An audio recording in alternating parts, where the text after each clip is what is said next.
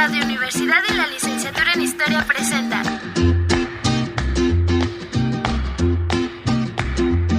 Trapitos de Clio, reviviendo la historia.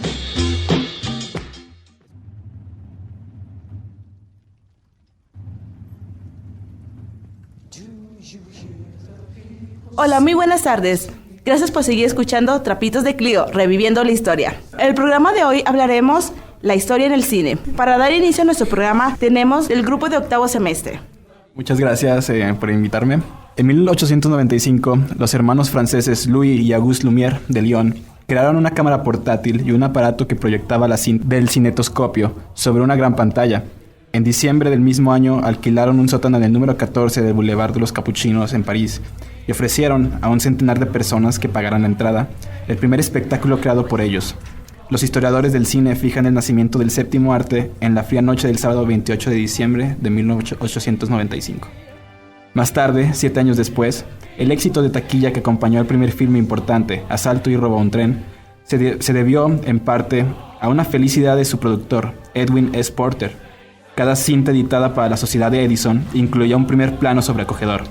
Un bandido, en este caso, de mostacho imponente que descargaba un revólver sobre el público. La Sociedad Edison aseguraba que la emoción consiguiente era enorme y aconsejaba que la escena debía introducirse al principio o al final de la película. Los primeros entusiastas del cine acudían una y otra vez al espectáculo para sentir la vivencia de verse acribillados a balazos sin sufrir ningún daño. Para 1896, México consumaba la quinta reelección de Porfirio Díaz, y a estas alturas el régimen más establecido daba muestras de los logros alcanzados hasta ese momento. Dentro de la avalancha de innovaciones de carácter científico y cosmopolita del porfiriato, llegó el cinematógrafo, lo cual marcó un suceso importante para la historia del cine de nuestro país. En el entresuelo de la droguería de la ahora Avenida Madero en la Ciudad de México, fue donde se llevó a cabo el día 14 de agosto de ese año la primera función, y más tarde, el mismo mes, se realizaría una exhibición privada para el general Díaz en el castillo de Chapultepec, donde se grabó la primera película en México, que mostraba una escena del presidente Díaz montando su caballo. En el programa de hoy haremos un viaje por cada fotograma de las películas de culto y películas históricas que marcaron un antes y un después en la historia del séptimo arte. Muchas gracias, Miguel. Ahora nos vamos a un corto musical.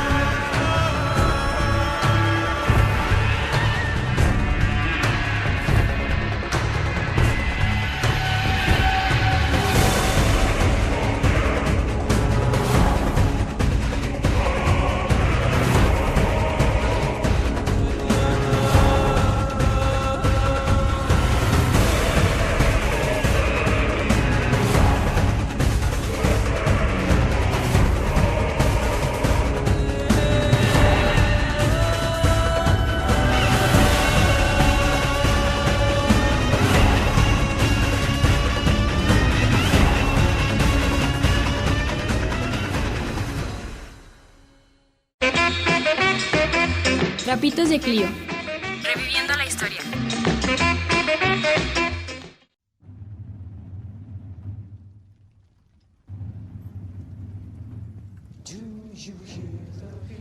Ya estamos de regreso con Trapitos de Clio. Ahora toca el momento de comenzar la mesa de debate. Antes de dar inicio a nuestra mesa de debate, quiero presentar a nuestros participantes. Y hoy en nuestro programa tenemos dos invitados muy especiales. Aquí tenemos a Yaya y Miguel de octavo semestre y a nuestros siempre compañeros Mixi y Melky, que nos apoyará en la mesa. Para comenzar nuestra mesa, quiero iniciar con una pregunta y es para ti, Miguel. ¿Cuál es la finalidad que guardan las películas históricas respecto a la historia? Bueno, es difícil. Podemos compararlo con lo que ahora el compañero Melky nos va a decir más adelante sobre cómo se adapta una película, si ya sea de una novela o una biografía. ¿Qué finalidad tiene la historia en el cine? Lo podemos ver en un principio, los primeros 10 años del cine, la década de 1890, que el cine propiamente no se enfocaba en algo histórico en el nivel mundial. Podíamos ver ejemplos como películas como El viaje a la luna, adaptaciones de libros muy célebres para el momento, ¿no? Que era lo que la gente buscaba, que quería ver, o sea, quería como asombrarse, ¿no? De este nuevo invento.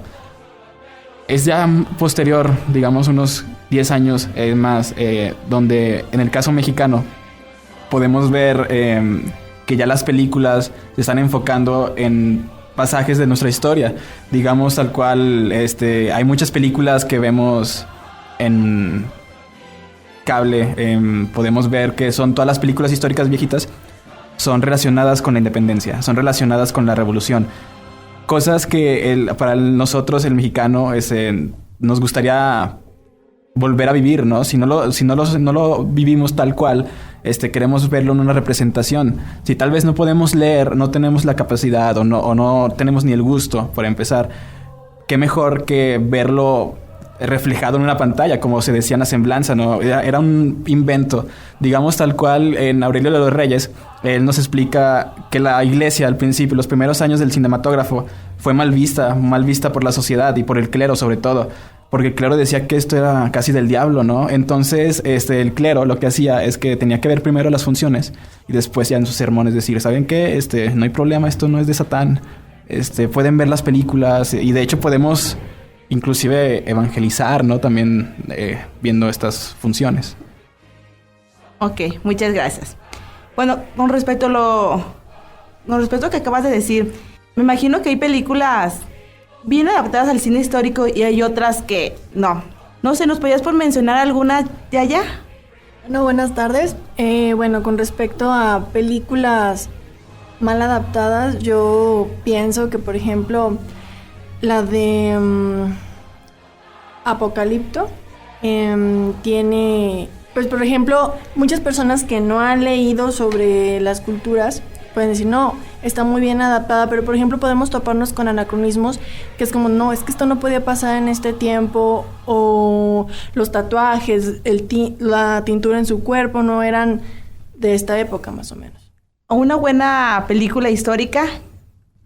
Bueno, en mi opinión personal, yo creo que una de las mejores películas que yo he visto adaptadas se llama Dresde, el infierno. Es una película donde se graba, donde habla de el bombardeo de Inglaterra o de los países aliados a Alemania. Entonces ahí se va viendo cómo es una estrategia para poder debilitar al ejército nazi. Y sin embargo, se contraponen porque a pesar de que es histórica, también tiene un poco de romance para que la gente le llame un poco más la atención a la película.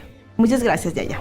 Tú, Melky, ¿qué opinión nos puedes dar sobre estas novelas, qué nos puedes decir de estas películas históricas? ¿Alguien más que pueda opinar sobre este tema? Yo creo que primero hay que tomar en cuenta dos cosas de las adaptaciones fílmicas. La primera es que tanto se acercan estas a los hechos históricos que comprobados. Y la segunda también es los elementos artísticos que se le incluyen. No podemos, así como apoyo lo que dice Yaya de la película de Apocalipto, que sí está un poco fuera de la realidad, pero también no podemos dejar de lado los paisajes o la música que se le introduce. Entonces hay que criticar estas películas de dos maneras. Con respecto a lo que dice Mixi de la música, yo considero que tanto los paisajes como la música son muy importantes para que las personas que la estén viendo se sientan parte, porque por ejemplo puedes estar viendo una pelea, una cacería, algo, ¿no? Y entonces, sobre todo, si estás hablando de películas históricas sobre guerras, la música que te vaya relatando poco a poco para que tú te sientas parte de la película, aunque estés solo viéndola. son las cuestiones técnicas, ¿no? Que lleva el cine. Concuerdo con las dos compañeras. Porque no podemos sentirnos nosotros identificados y tampoco se puede caer en ese anacronismo de la música o estos, por ejemplo, el ejemplo de los tatuajes. Otro ejemplo, digamos que en Apocalipto, hay una escena donde están los sacrificios y se supone que estamos hablando en Apocalipto de los mayas, ¿no? La escena se va a otra región diferente, casi con los aztecas, ¿no? O sea, muchas cosas muy extrañas que pasan en la película. Pues son cuestiones que tal vez se dejan de lado al momento de que el director se toma sus propias libertades, ¿no? ¿Por qué lo digo? Porque nos decía Yaya con Dresde, el romance que está impregnado en la película. Si lo vemos también, un tipo de libertad se tomó Ridley Scott cuando hizo la película de 1492, La Conquista del Paraíso. Esta película nos relata cómo es que llega Cristóbal Colón al Nuevo Mundo y sus peripecias, ¿no? Pero históricamente hablando, no se sabe tanto, no sé si un diario de Cristóbal Colón, cómo es que vivió esa época y todo, sino que aquí el director se toma la libertad completa de interpretar qué era el sentimiento que tenía Colón. Esto pasa mucho en el cine histórico, como pasa también en la novela histórica. Te puedes dar las libertades tú, fílmicas, digámoslo así, artísticas, para que la película sea un poco más atractiva al público.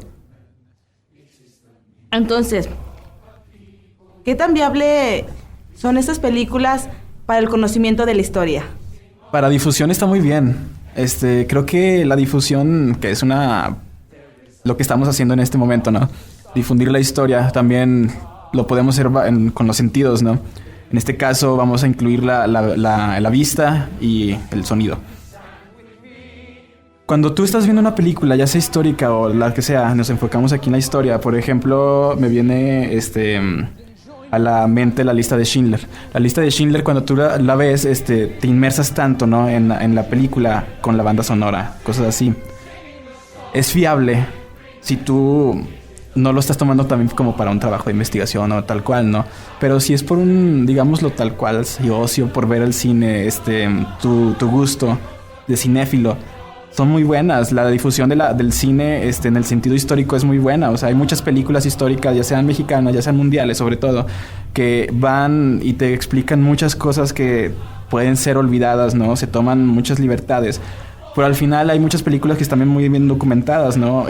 Un caso de las que están muy bien documentadas y que, por ejemplo, la sociedad en Estados Unidos, más que nada, la tiene como muy, muy alto estándar. Y que causó mucha polémica en su momento. Fue de Oliver Twist, JFK. JFK lo que hace es exponer lo que todos saben. Que no... La historia oficial que nos cuenta el gobierno no es la verídica.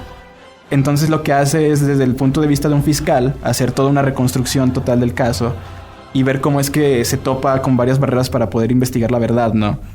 Por ejemplo, eso es una adaptación muy buena sobre la historia de este fiscal. Las autobiografías, sobre todo, también. Si no son escritas, las puedes hacer adaptadas en una película. Últimamente, una taquillera en Estados Unidos, American Sniper, es muy, muy taquillera en ese sentido. Si no es un refrito de muchas películas, de muchas historias que pasan los soldados en guerra, sí te identificas mucho, ¿no? Con la presión que tal vez tú como soldado estás sometida. Okay, muchas gracias. Melqui, ¿qué nos puedes decir al respecto de la adaptación de las novelas al cine? Para comprender este proceso es preciso tener en cuenta que ambos géneros, tanto el cine como la novela, son representaciones artísticas diferenciadas, realizadas por dos entes creativas, ambas poseedoras de su subjetividad, que algunos opinan que es incompatible. En cuanto a la fidelidad que deben guardar las adaptaciones cinematográficas de su primigenia representación, hay quienes opinan que esta debe ser intransigente, mientras que otros piensan que esta debe ser relajada y que incluso esta debe buscar superar a su versión literaria. Para comprender la dificultad que conlleva este proceso, es necesario tener en cuenta las características de la literatura, pues esta posee una velocidad narrativa, saltos inesperados recapitulaciones e introspecciones, que estas son las reflexiones interiores que en las películas suelen ser representadas como pensamientos exteriorizados, como si fuera un diálogo en primera persona. Sin embargo, las características anteriores son cualidades que se dificultan llevar al formato cinematográfico, porque este género suele conllevar una atención en presente y una duración limitada, que suele aproximarse a los 90 minutos, 120 minutos. Y un ejemplo paradigmático es el caso del escritor Gabriel García Márquez, quien se opone categóricamente al proceso de adaptación cinematográfico a las novelas, porque considera que una obra literaria, su mensaje es a través de las palabras, mientras que una adaptación cinematográfica es una interpretación o una duplicación que conlleva elementos que le suele agregar el cineasta. Hay muchos escritores, ¿no? Que son los que supervisan la creación del guión. ¿Por qué? Porque quieren que sea más fiel, ¿no? Lo más fiel posible su película, si vas a adaptarla, ¿no? al cine. Sí, bueno, con esto que comentas de la duración, es muy difícil porque, por ejemplo, puedes ver una novela histórica de 500 páginas y adaptarla toda en 1 hora y media es complicado, y por eso se pueden ver que cortan partes y no queda tan bien la película, pero creo que es algo con lo que se tiene que lidiar al estar haciendo películas históricas. Ok, una pregunta más. ¿Qué sucede en México con el cine? Bueno, con respecto en el cine mexicano debemos tomar en cuenta que los primeros vestigios que hay son cortos, pero son cortos de cosas comunes. Por ejemplo, hay una escena, un corto que se graba sobre un duelo, pero es un duelo real, no son con actores, entonces son pequeñitas. Después están, como ya lo mencionaba mi compañero Miguel, Porfirio Díaz apoyó mucho el cine y sobre todo con cortos sobre él en el castillo de Chapultepec, en caballo. Ya después, cuando tiene su entrevista con Krillman, está grabada. Entonces es más bien como una introducción a lo que va a ser después el cine en México. Después se pueden ver ya películas que se pudieran tomar como históricas que van relacionadas con la revolución, o ya en los años después con las películas que se hacen de los vestigios que dejó la revolución aquí en México.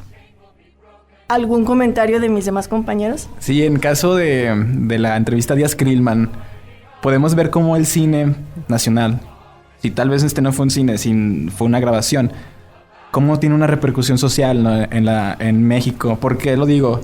Esta grabación de la entrevista a Krillman históricamente nos dice que Porfirio Díaz narraba tal cual, que ya México estaba apto para poder seguir adelante, en el sentido de que ahora los partidos políticos se podrían lanzar candidaturas a esto, que ya el mexicano estaba apto para el sufragio, que él ya no iba a estar en el poder, que el que sigue pudiera gobernar, ¿no?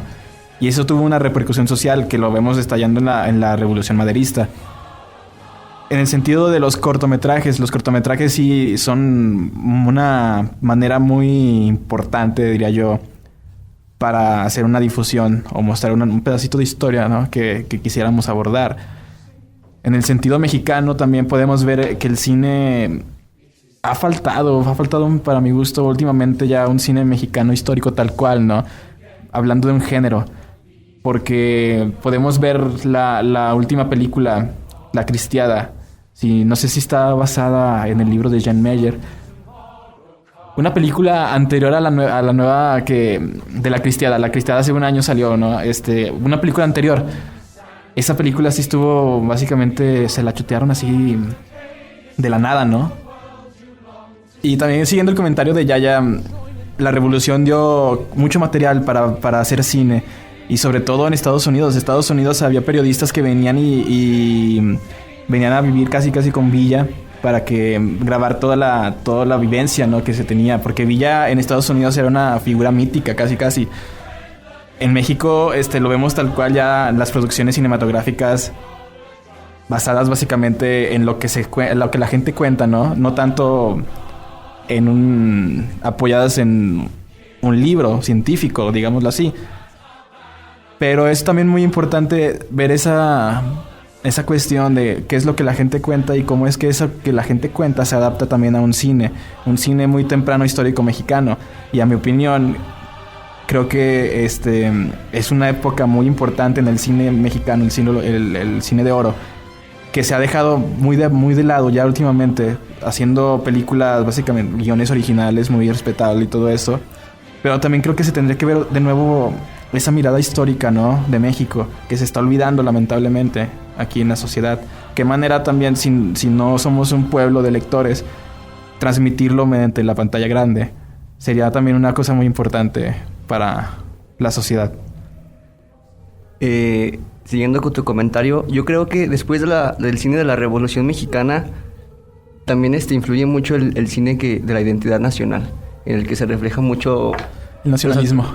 Los aspectos de México, de los orígenes del México, ¿no? De saber qué es lo que es México en las películas, y ahí lo transmiten.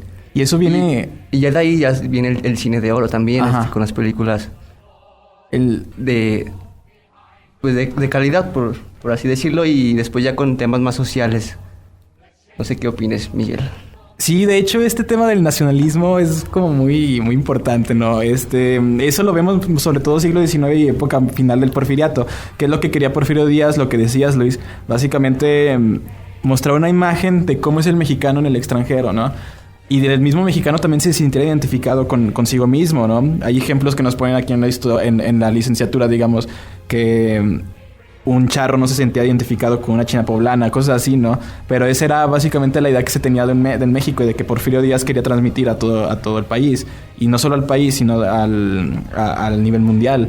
El nacionalismo es bien importante, ¿no? Para el cine también, porque es una manera de que tú con cine histórico en México, tú puedes infundar una idea de cómo tiene que ser el mexicano y cuáles son los sentimientos que el mexicano tiene que tener hacia su misma patria.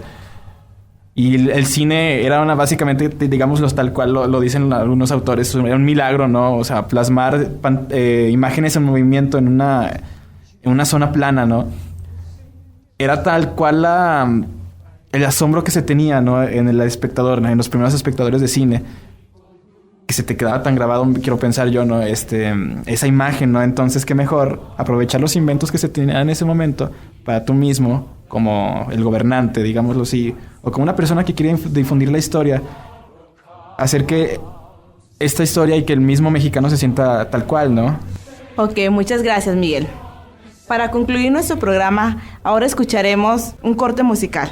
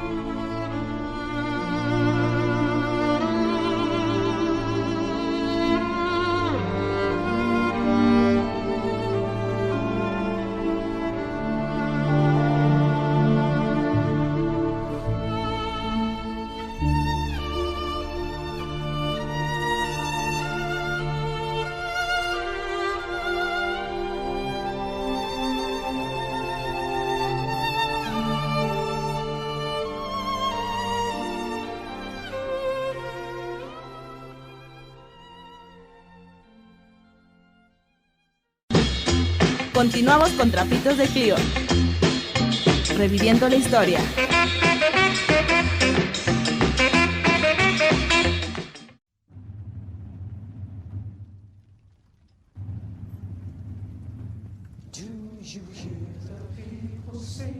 Ahora tendremos la reflexión de nuestra compañera Mixi.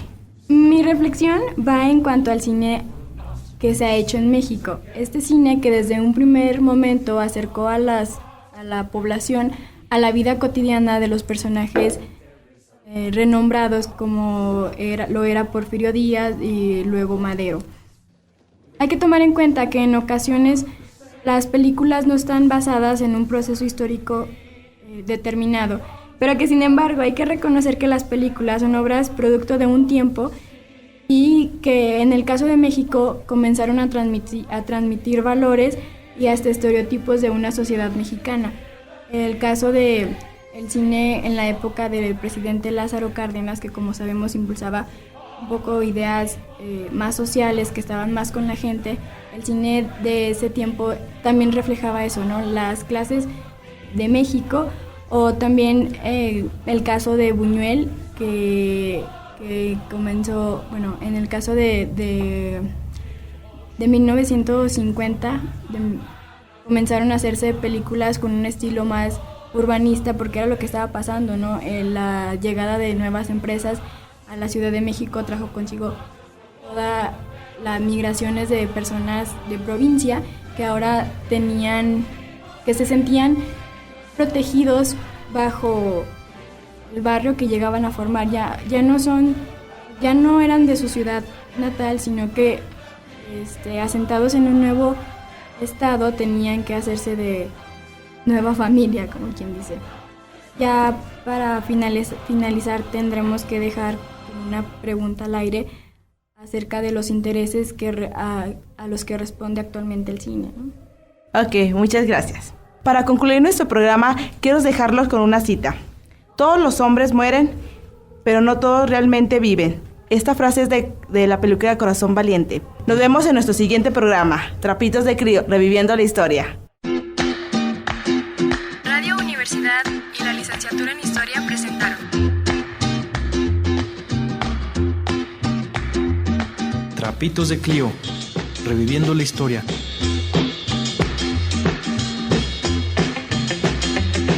Escúchenos en nuestra siguiente emisión.